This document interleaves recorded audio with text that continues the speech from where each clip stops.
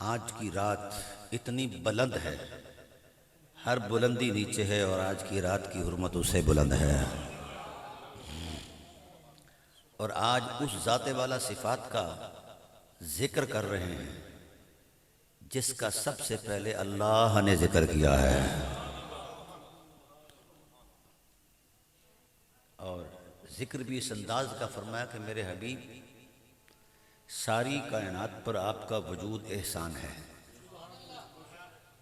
सारी कायनात पर आपका वजूद एहसान है। ज़ात अबू तालिब आपकी ज़ात पर एहसान है।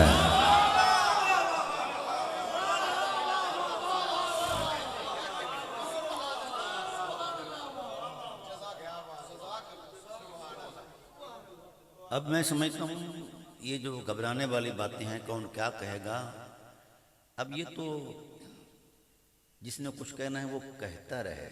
हमने अल्हम्दुलिल्लाह उनके झूठ को नंगा कर दिया है। सुप्रीम कोर्ट तक ये लोग गए हैं लेकिन हर्फ नहीं आया किसी को। तसर्रुफ अबू तालिब इतना बुलंद है। अबू तालिब अलैहिस्सलाम, औलाद अबू तालिब क्यों घबराती है भाई? चलें, उलमा बैठे होंगे, हमारे शाफी, हनफी, अम्बली, मालकी उलमा जो फिक्र के उलमा हैं वो अपनी तरजीहात दलाइल देते हैं मज़हब में। एक बात आई जिस पर दलाइल कायम हुए कि जो जो सही करते हैं, दौड़ते हैं सफ़ा मरवा, इसका आगाज़ सफ़ा से करें या मरवा से। ये गुफ्तगू शुरू हुई, दलाइल के अंबार लग गए। उस वक़्त के आलम बड़े मुतबाहर होते थे। जितना ज़्यादा इल्म होता था उतनी ज़्यादा उनके अंदर खामोशी का नूर होता था। आज जितने बोलते हैं उतने अंदर से खाली हैं। और ये जहन में रहे, अहले बैत के ख़िलाफ़ बोलने वाला इन मुसलमान तो दूर की बात है, वो इंसान ही नहीं रहता, अल्लाह उसे शैतान बना देता है। मेरा फ़ैसला नहीं, ये नबूवत का फ़ैसला है।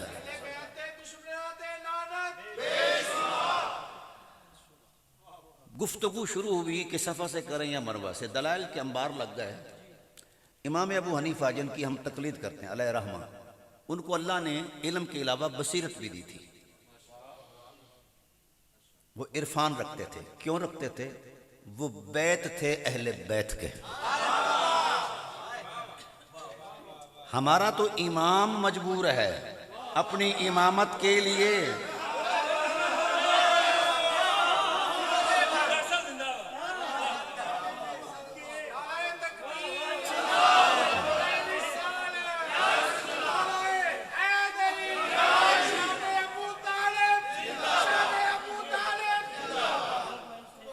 आप खुद फरमाते हैं, लौला सनताने लहलकन नोमान, अगर अहले बैत का दर मुझे न मिलता तो मैं हलाक हो जाता, तबाह हो जाता। तो हम तो उनके पीछे खड़े हैं, तो हमें किसी मौलवी से पूछने की ज़रूरत क्या है? गुफ्तगू हुई कि सफ़ा से करें या मरवा से। अंबार लग गए दलाइल पे। इमाम साहब बोले, फरमाया अब दाओ बिमा बदा अल्लाह, मैं वहाँ से शुरू करूँगा जहाँ से अल्लाह ने शुरू किया है। अब अल्लाह ने कहाँ से शुरू किया? आयत मारूफ है, इन्न सफ़ा वल मरवता मिन शाइरिल्लाह। वो बात तय हो गई, बात तय हो गई कि अब कोई इख्तलाफ नहीं रहा कि आगाज़ सफ़ा से है। आइए, अगर छोटा सा मसला सही का, दौड़ने का, वहाँ से शुरू किया जाए जहाँ से अल्लाह ने शुरू किया है, तो हम अपना दीन भी वहां से शुरू करते हैं जहां से अल्लाह ने शुरू किया है।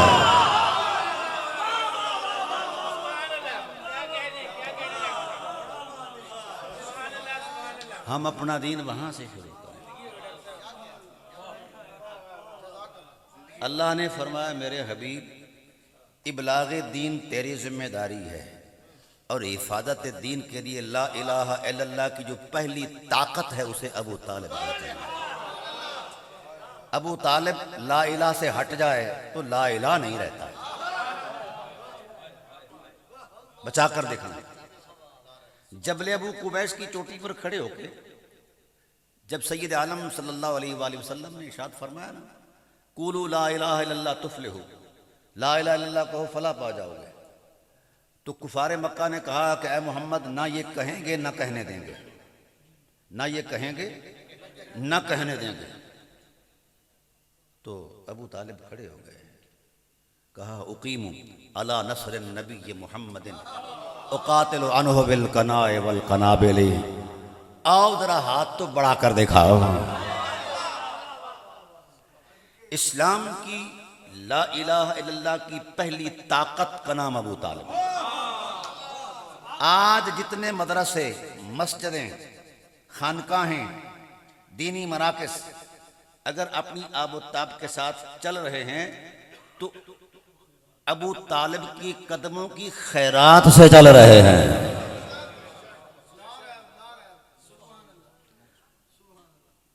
तो मैंने ये इस पर कभी बहस ही नहीं की कि ईमान था या नहीं था। मेरी तहकीक है अल्हम्दुलिल्लाह,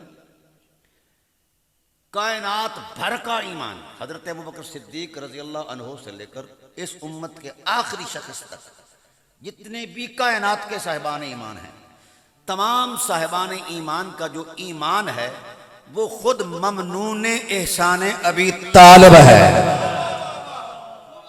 उसके सामने यूं खड़ा है यार। तो एक बात नुक्ते की अर्ज करता जाऊं, फिर मैं अपने मजमून को शुरू करता हूं। घबराओगे तो नहीं ना? आपके इश्क ने मुझे ताज़ा दम कर दिया। मैं आज सारा दिन, कल सारा दिन मैं बीमार रहा, कराची से एबटाबाद आया, एबटाबाद से फिर हवेलियाँ से फिर इस तरह करके सफ़र। तो मैं आज लेट इसीलिए हो गया कि मुझे शदीद बुखार हो गया था। मैं लेट गया इस्लामाबाद में, तो गाड़ी नहीं थी मेरे पास। ये जो वाबेला हजरत किया जाता है कि अबू तालिब के ईमान का सबूत दो। सब लोग पढ़े लिखे बैठे हैं, तालीम से वाबस्ता हैं। प्राइमरी, FA, BA, MA का इम्तिहान कौन लेगा? जो खुद सर्टिफाइड होगा, जो उनसे ज़्यादा उसके पास सर्टिफिकेट होगा, तो किसी का सर्टिफिकेट वो चेक करेगा। आज जो शोर शराबा करते हैं कि ईमान अबू तालिब साबित करो, पहले अपनी ईमान की सनद तो दें। जितने मौलवी हैं, जितने पीर हैं, जितने ये सब, किसी के दामन में एक हर्फ नहीं जो इनके ईमान की तस्दीक हो। मैंने अल्हम्दुलिल्लाह 40 साल कुरान पढ़ा और मेरी पहली PhD जो है ये कुरान की तफसीर के अंदर है, ठीक है। और बाई बर्थ अहले सुन्नत हूँ। मौलवी का जब इल्म ख़त्म होता है तो फिर इल्ज़ाम तराशी पर आ जाता है।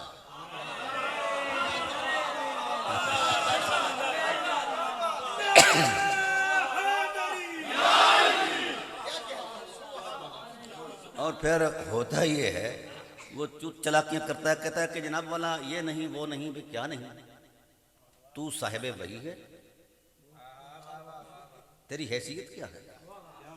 कराची में मैं गया तो वहाँ बड़े सारे उलमा इकट्ठे हो गए, यूनिवर्सिटी के अंदर भी इधर उधर। उन्होंने कहा जी हम तकरीर नहीं करने देंगे, पहले उनके ईमान पर नस दो। मैंने कहा एक नहीं नस पेश करूँगा, 1000 नस पेश करूँगा।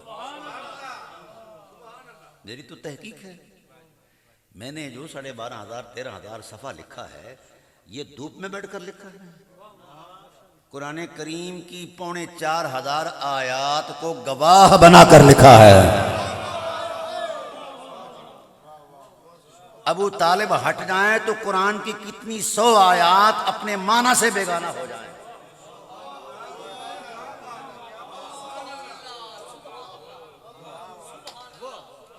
दस साल तक जितना नज़ूल कुरान है मैंने उसको शुमार किया, गिना तहकीक के ज़ाविये नज़र से, तो 10 साल तक तमाम असहाबे रसूल का किरदार खामोश है। पूरे कुरान पाक के अंदर 2 रवैयों को बयान किया गया तौहीद और रिसालत के इबलाग के बाद। एक वो रवैया जो रसूल का मुखालिफ है, रिसालत का मुखालिफ है, उस रवैये की अल्लाह ने मुज़म्मत बयान फरमाई।